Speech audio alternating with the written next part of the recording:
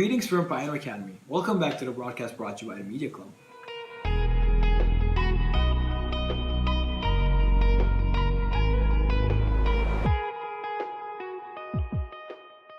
The first event of this week is the STEAM Festival.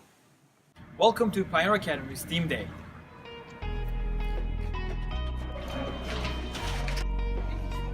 Now we're in the main hallway where the art exhibit takes place.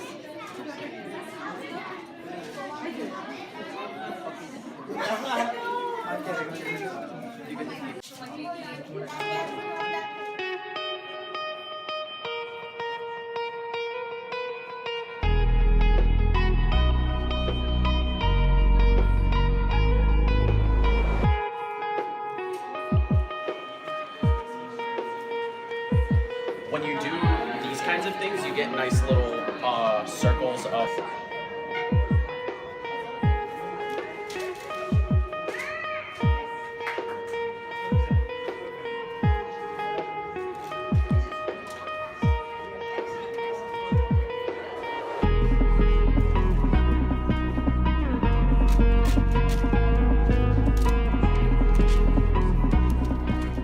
So can you please let us know what you're working on?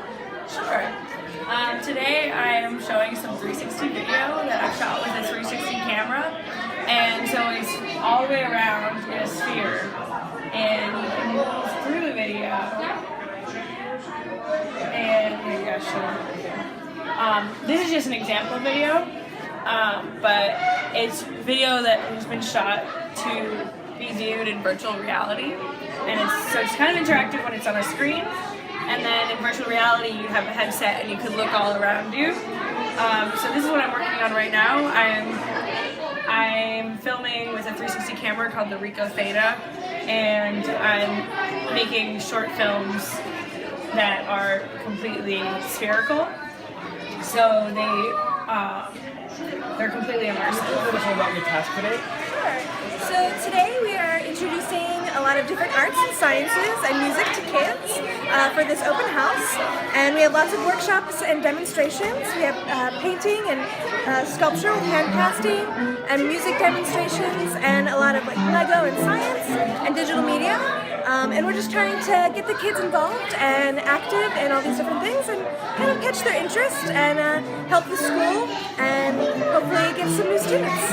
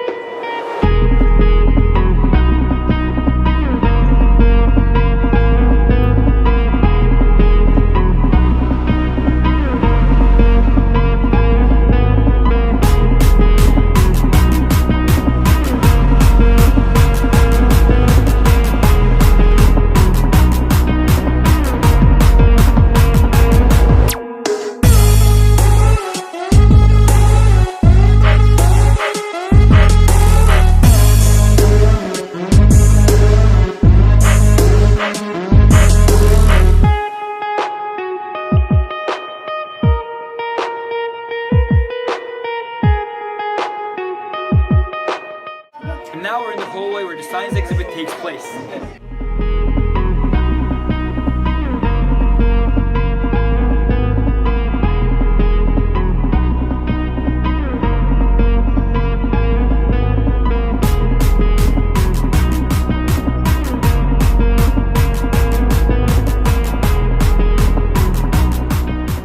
And now we're heading to the physics lab.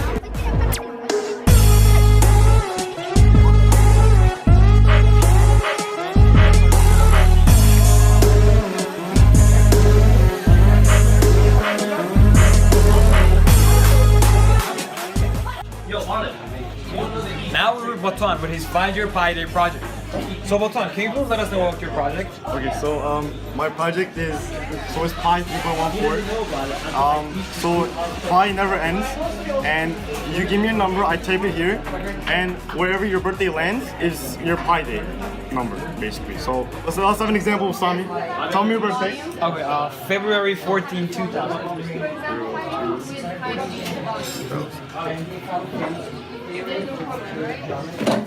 So this is his number, 1.6. So right here, this is pi, and his birthday lands right here, and this number is right here.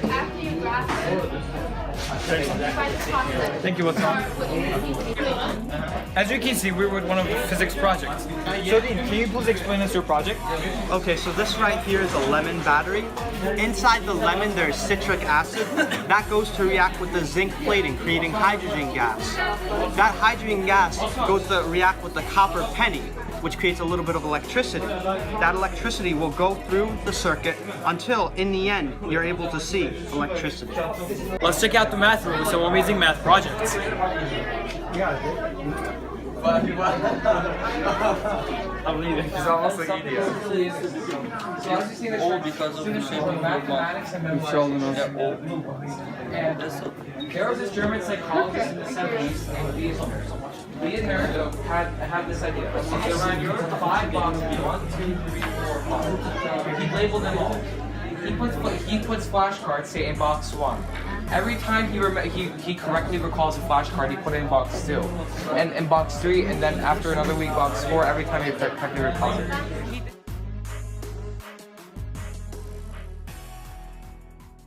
As the time gets closer to the drama club's play, we would like to give you some updates.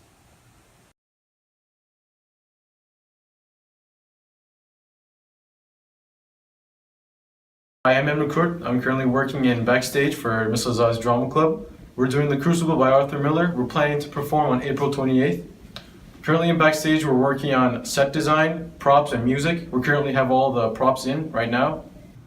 When did you compact with the devil? I don't compact with the devil. You will confess or I will whip you to your death. I'm Isha Tariq. I'm one of the actresses in The Crucible, and the Crucible has a total of 4 scenes. We have completely memorized the first 2 scenes and are working on the 3rd and 4th.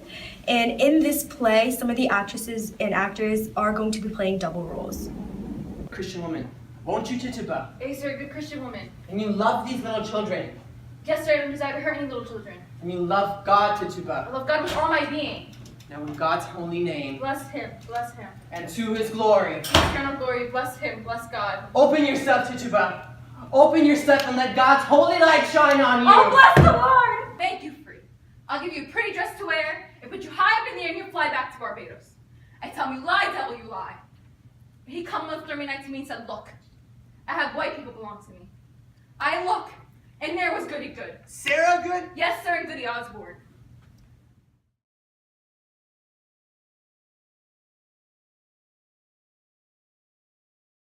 Last week, Mr. Triolo's AP US History classes completed a video clip project, which displayed social, cultural, and economic changes in the United States during the 1920s.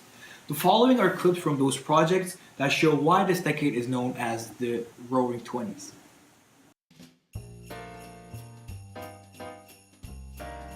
Consumerism and the stock market rise in the Roaring Twenties.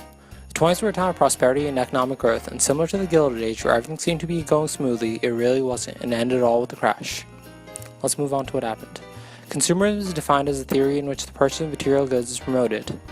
Many factors led to this advent, including World War I, which just had ended, and America was flowing with money as they didn't fight on their homeland and were considered a creditor nation. Many Americans were able to take part in the economic gains from the war. Laissez-faire economic policies. Businesses were freed from strict government regulations. Protectionism, which made American goods appear more valuable and blocked off foreign imports. The creation of credit. Prices of goods were underestimated. Mass production. More goods were available for purchase. Rise of credit. Most Americans believed in the belief of buy now, pay later, where they would pay for a product at a very cheap initial down payment and split the rest of the payment over the course of months. By paying less initially, people thought they had more money to spend and would purchase many more products, eventually going to debt by not being able to make their payments. As you can see through these pictures, many stores actually offered and promoted lines of credit to promote the idea of paying later. The right of citizens of the United States to vote shall not be denied or abridged by the Union States or by any state on account of sex.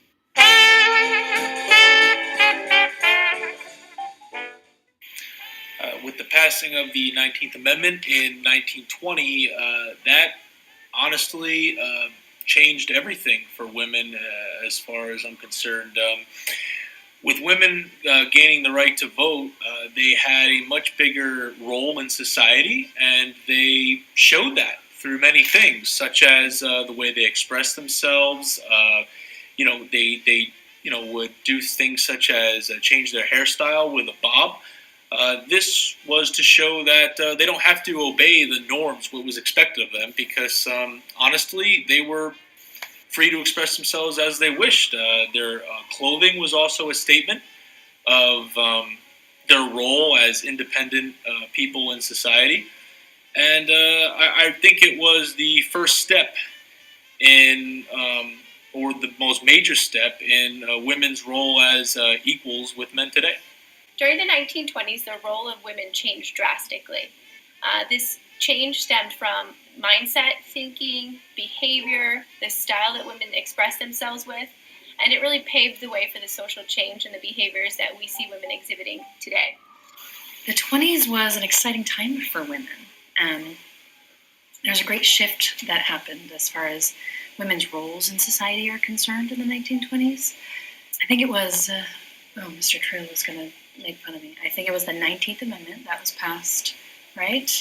Excellent. I think it was the 19th Amendment that was passed that made voting possible for women. I think it was 1919, however, and it was ratified in 1920.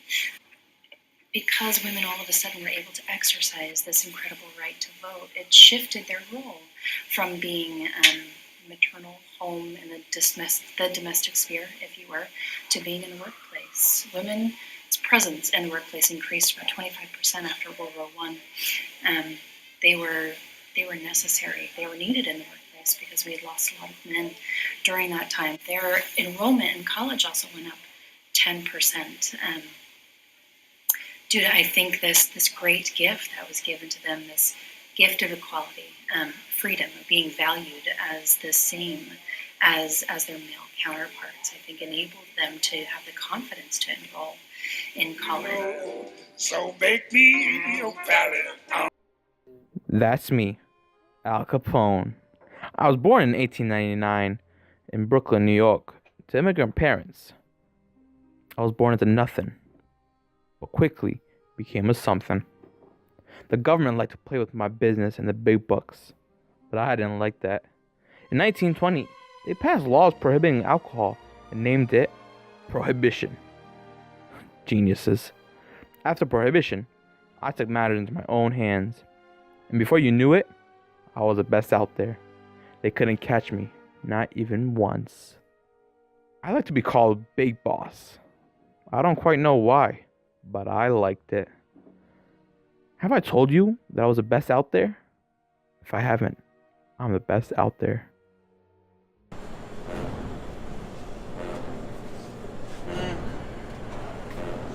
Hello, sir.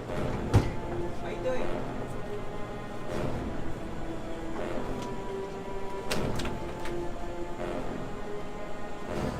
I'll tell you one thing, one time only. 65%. Everything you make comes to me. What do you mean? What do you mean? 65% of everything you make, everything you sell, you're gonna give to me. I'm gonna come, my man will come every Friday, 4 o'clock. Give that money to me. Or else, I ain't give something might happen. I ain't give tech. This is US. Come on. Oh, yeah? Yeah. You're not gonna give? Yeah. How about that? What you gonna do to me? Oh, that's nice. You guys hear this? You hear it? Alright.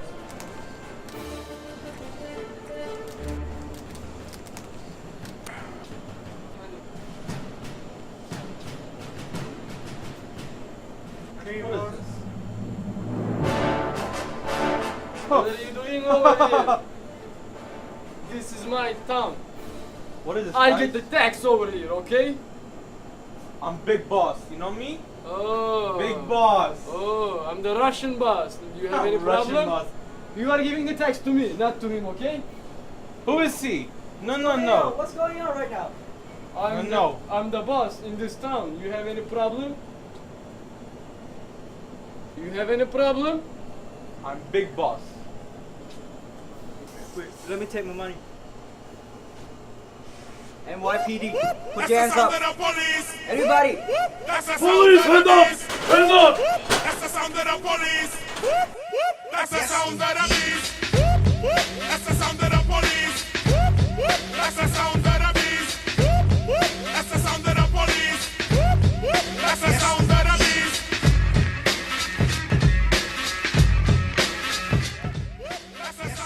If you have any interesting news, please email us at mediaclub@pioneeracademy.org and please stay tuned for the next broadcast.